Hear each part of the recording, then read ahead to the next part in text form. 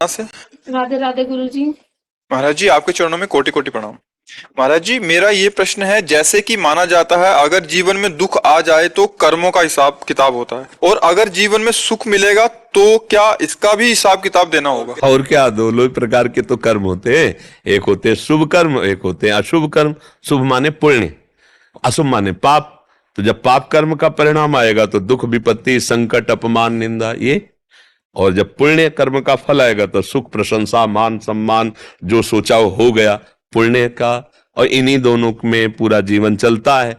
कोई विशेष जो होता है वो इन दोनों की परवाह ना करके एक ऐसा महान कार्य करता है जो परमानंद प्रदान करता है, वो भजन। ये पुण्य और पाप ये केवल विनाशकारी ही है, इनमें लाभ नहीं। विनाशकारी मतलब आप बहुत बड़े पुण्य के स्वर्ग गए, वहां के सुख भोगे, फिर आके मृत्यु लोक में।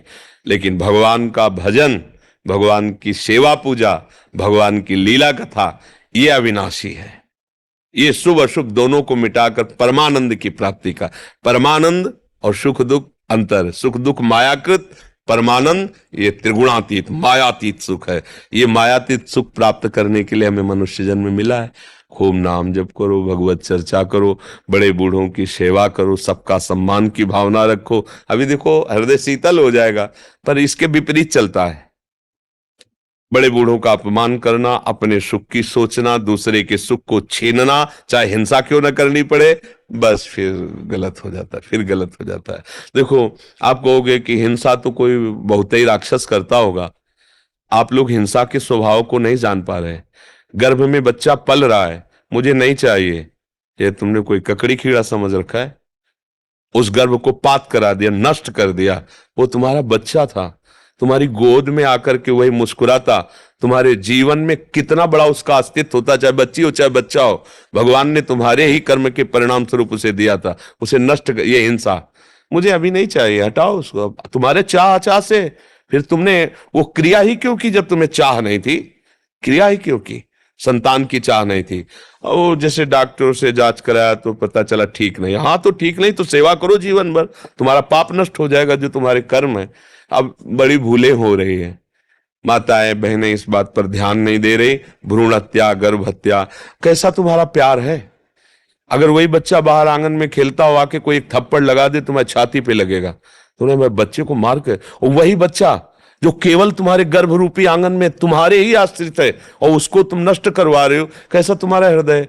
ये हम किसी एक व्यक्ति विशेष के लिए नहीं कह रहे, एक हिंसात्मक भाव का परिचय दे रहे कि हम सबके अंदर वो हिंसात्मक भाव छुपा हुआ है, हमको इसको मिटाना चाहिए। अब ऐसे ऐसे शब्द सुनने को मिलते हैं जिनसे ऐसा लगता है क्या मतलब, बेटी, अरे बड़े बड़े संत महात्मा सब उसी शरीर का आश्रय लेकर पैदा होते हैं। माताओं बहनों के इस शरीर का आश्रय लेकर तो संत महात्मा पैदा होते। तुम किससे पैदा हुए हो? एक मां भी तो किसी की बेटी थी। अगर वो उसकी सुरक्षा ना करता तो आज तुम मां कैसे बन सकती, तुम पिता कैसे बन सकते? तो तुम्हारा क्या कर्तव्य है कि तुमने अगर ब्याह किया, संतान उत्पत्ति के मार्ग में चले हो, तो तुम्हारी जो भी संतान है वो किसी के धर्म का पालन करने वाली बनेगी। पुत्र है तो पत्नी लाएगा, तभी तो धर्म पूरा होगा। बेटी है तो पति मिलेगा, तभी तो धर्म पूरा होगा। पुत्र होगा तो अगर बेटी सब मरवा देंगे तो तुम्हारा धर्म कैसे चलेगा? कुछ ज्ञान नहीं, एक राक्षसी स्वभाव बैठ गया है। बेटी है तो मार दो, या अंग विहंग है तो मार दो। वो जीव जीव नहीं है, वो तुम्हारा पुत्र पुत्र नहीं। और अनजाने में प्रायः ऐसे अपराध गृहस्थियों से होते रहते हैं, क्योंकि वो लोग ये समझते नहीं कि भयंकर अपराध है, भयंकर, और इसका प्रायश्चित नहीं किया तो भोगना पड़ेगा। ऐसी जगह तुम्हें तड़पा के मारेगा, ऐसी जगह गिराएगा जहां कोई सहयोगी नहीं होगा। ये भ्रूण हत्या, गर्भ हत्या बहुत बड़ा पाप। सबसे प्रार्थना है, भजन भले कम करो, लेकिन इतना तो ज्ञान रखो कि महापाप मत करो। जो महापाप है वो मत करो। अभी कल के सत्संग में था कि इंद्र ने यज्ञ में वज्र पहाड़ च्यवन ऋषि के ऊपर और अश्वनी कुमारों को, तो उन्होंने मंत्र से कृत्या प्रकट की, जो महाअसुर रूप, जिसे मदासुर। तो जब इंद्र मान गए विनय की, तो उस असुर ने कहा, मुझे जिस हेतु पैदा किया है अब मैं व्यर्थ तो जाऊंगा नहीं, मुझे बोलो। मैं किनका नाश करूं, क्योंकि मैं करूंगा, मैं इसीलिए प्रकट हुआ हूं।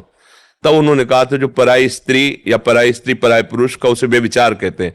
बेविचार और हिंसा, जैसे गर्भ हिंसा या किसी भी भाव से किसी की हिंसा, और मद्यपान, शराब पीना और मांस, अगर ये जो कर रहे तो उनके सुकृतों का नाश कर दो, पुण्यों का नाश कर दो। तो कलयुग का भी ऐसी जगह निवास है, आसुरी प्रवृत्तियां भी ऐसी जगह आक्रमण करती हैं। अब आप लोग सत्संग सुन करके जो पूर्व में हुआ भगवान से क्षमा मांगो, आगे कोई गलती ऐसी ना करो। आप लोग हम कौन सा पाप करते हैं, आप जरा थोड़ा सा सोचिए। एक चींटी को भी आप छूना चाहो ऐसे, वो भागेगी अपने प्राण बचाने के लिए। आप मांस खाते हैं, कितने जीवों की हत्या होती है।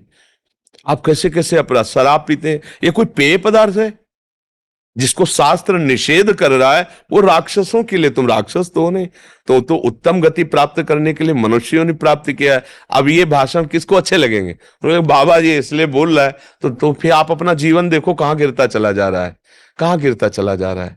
अरे जीवन मिला, खुद आनंदित हो, सबको आनंद प्रदान करो, और अंतिम जब तुम्हारा हो तो ऐसा हो कि फिर जिस माता के गर्भ में इस बार जन्म लिया है, अब उससे नीचे तो ना जाओ।